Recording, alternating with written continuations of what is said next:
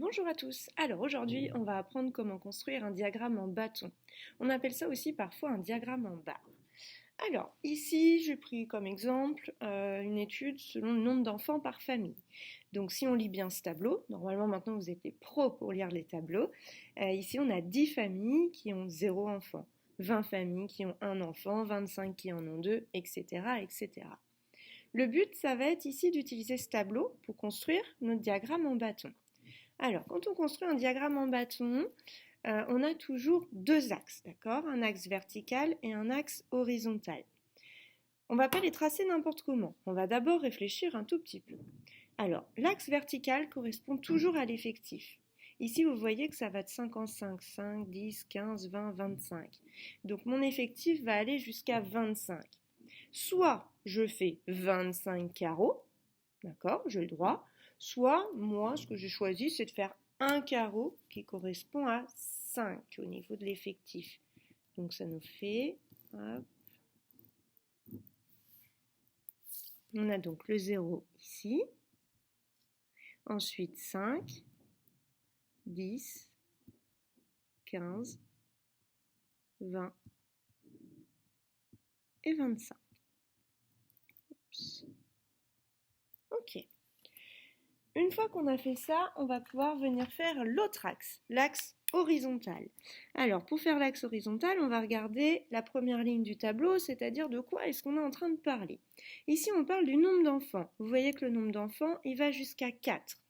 Alors, pour qu'on voit bien nos barres, moi, j'ai fait le choix de décaler un tout petit peu mon 0, de venir le mettre ici, d'accord? Ensuite, 1, 2, 3, 4. Hop.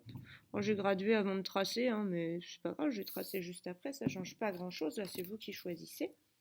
Hop. Ok. Alors la base de mon diagramme est presque terminée. Maintenant il me reste à écrire les titres. Donc on a dit que l'axe vertical il correspondait à l'effectif et l'autre axe correspond au nombre d'enfants. Alors j'ai fait exprès ici de prendre une feuille à carreaux telle que celle que vous avez dans votre cahier, mais bien sûr vous pouvez le faire aussi avec des petits carreaux, hein, d'accord, ça change rien, ou pas de carreaux du tout, il faut juste faire attention à ce qu'on ait bien un angle droit ici. Ok, bon alors là on a fait toute la base, maintenant il reste le plus facile, vous allez voir. Pour faire le plus facile, maintenant on va tracer des bâtons.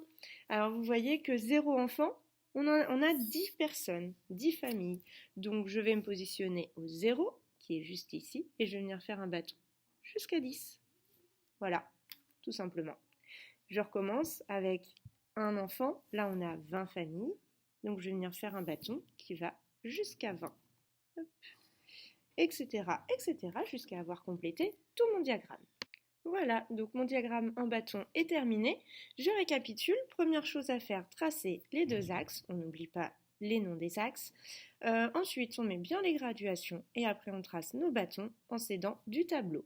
Donc si on vous présente juste un graphique comme celui-ci sans avoir le tableau, eh bien là ça veut dire qu'on a 10 familles qui ont 0 enfant, 20 familles qui ont un enfant, etc., etc. Vous êtes maintenant incollable sur les diagrammes en bâton.